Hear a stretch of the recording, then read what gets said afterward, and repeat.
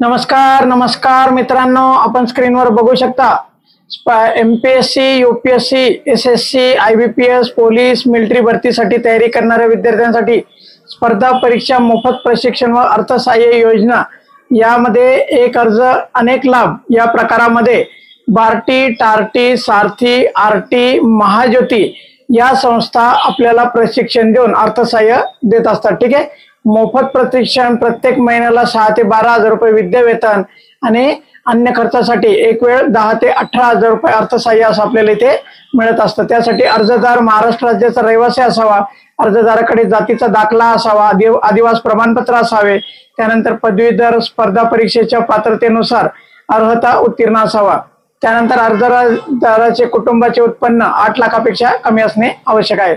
यासाठी बरेचसे कागदपत्र लागतात, त्याचा एक वेगळा व्हिडिओ बनवतो, त्यामुळे आपल्याला कागदपत्रांची माहिती देखील होईल।